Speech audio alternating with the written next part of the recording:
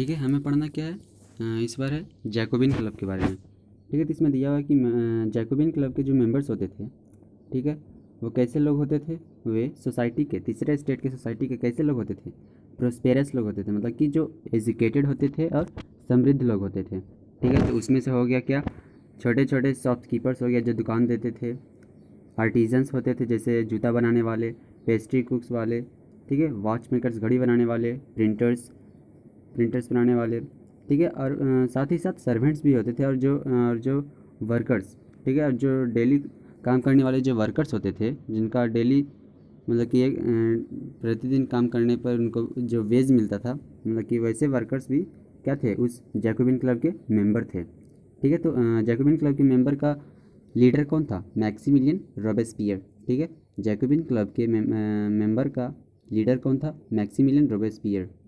ठीक है, और जैकोबिन का एक बहुत बड़ा ग्रुप क्या डिसाइड किया, लंबे स्ट्रिप वाला ट्राउज़र्स पहनना डिसाइड किया। ठीक है, जो कि डॉक वर्कर्स के द्वारा पहना जाता था, मतलब कि डॉक वर्कर्स के द्वारा मतलब कि वही कपड़ा जो पहना जाता था, कौन सा कैसा कपड़ा बोला गया है, लंबे स्ट्रिप्ड वाला ट्राउज़र्स। ठीक है, जो कि डॉक वर्कर्स के द्वारा पहना जाता था। ठीक है, उसी ड्रेस के बारे में जैकोबिन्स के एक बड़े समूह के वाले मेंबर्स ने बोला, डिसाइड किया कि इसी तरह का ट्राउज़र्स हमें पहनना चाहिए। ठीक है, तो ऐसा उन्होंने डिसाइड इसलिए किया क्योंकि सोसाइटी के जो फैशनेबल सेक्शन थे, फैशनेबल समाज जो था, उससे अपने आप को जैकोबिन क्लब को क्या करने के लिए, अलग रखने के लिए। ठीक है, खास करके नोबल्स के बारे में। ठीक है, नोबल्स जो कि फैशनेबल सोसाइटी था।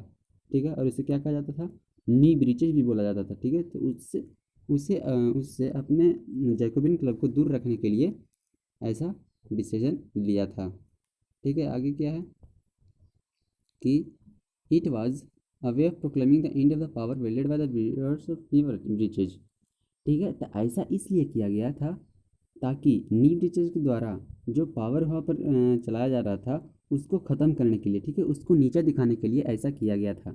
ठीक है, तो और इन जैकोबिन को क्या कहा गया, इन जैकोबिन्स को बोला जाता था सैंस कुलोट्स बोला जाने लगा। ठीक है, सैंस कुलोट्स, जिसका मीनिंग क्या होता था, वैसे लोग जो बिना नी ब्रीचेज के होते थे, मतलब कि जो नी ब्रीचेज नहीं पहनते थे। ठीक है, सैंस क्लोट्स सैंस क्लोट्स तो जैकोबिन्स मेंबर्स को कहते हैं, जो इसमें वीमेन और मेन दोनों आ जाते हैं।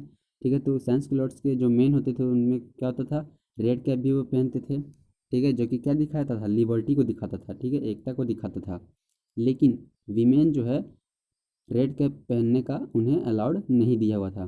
ठीक है, आगे क्या है, 1792 की समर सीजन में, 1792 में क्या था कि जैकोबिन्स जो है planned an insurrection of a large number of Parisians who were angered by the short supplies and high prices of foods।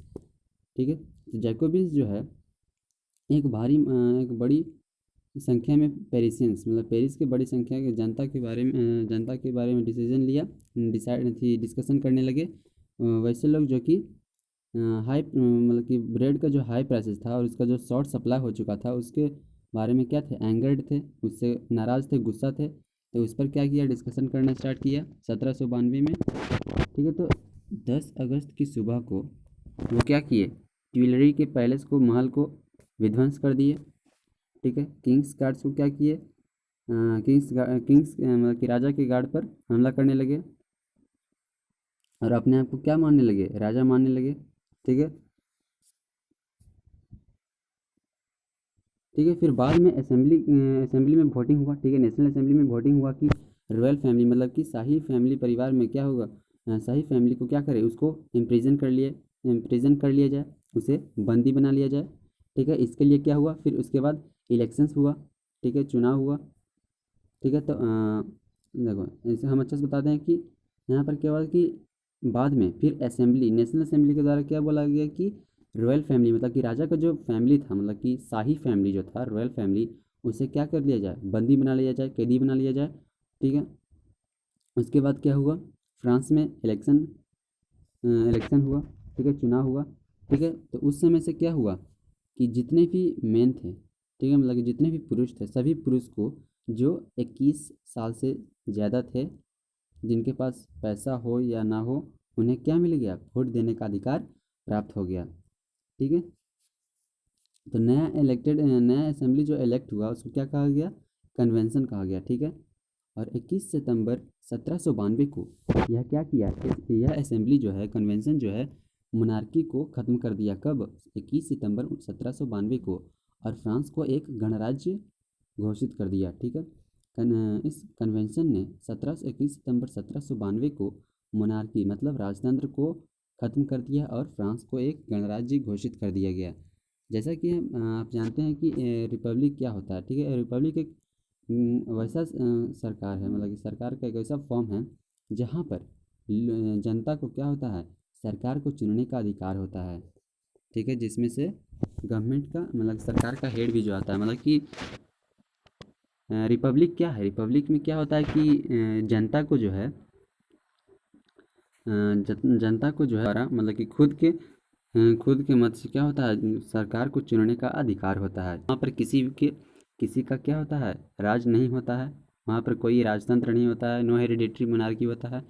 ठीक है, तो आप इसका कहीं भी रिपब्लिक के बारे में अगर जानना चाहते हैं, डेमोक्रेसी के बारे में, कहीं कहीं भी आप इसे पढ़ सकते हैं अच्छे से। ठीक है, कि और दूसरे कंट्रीज़,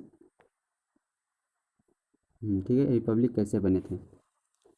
ठीक है, तो फिर बाद में क्या देखा गया कि लुईस 16 को जो है क्या कर दिया गया, उसे फांसी दे दिया गया, उसे मृत्यु की सज़ा सुना दिया गया कोर्ट के द्वारा। ठीक है, लुईस 16 को कोर्ट के द्वारा मृत्यु की सज़ा सुना दिया गया ट्रेजन के चार्ज पे, मतलब कि किस नाम पे। ठीक है, लुईस 16 को जो है देशद्रोह के नाम पर उसे कोर्ट के द्वारा क्या कर दिया गया, मृत्यु की सज़ा सुना दी गई। ठीक है, 21 जनवरी 1793 को उसे भारी सभा में प्लेस डे ला कॉन्कॉर्ड के सामने उसे क्या कर दिया गया, फांसी दे दिया गया। ठीक है, और फिर बाद में महारानी मैरी एंटोनेट का भी वही हर्ष हुआ। ठीक है, फिर बाद में क्या हुआ, महारानी मैरी एंटोनेट का भी वही हर्ष हुआ। ठीक है, यहाँ पर हमने देखा कि लुईस 16 का जो है किस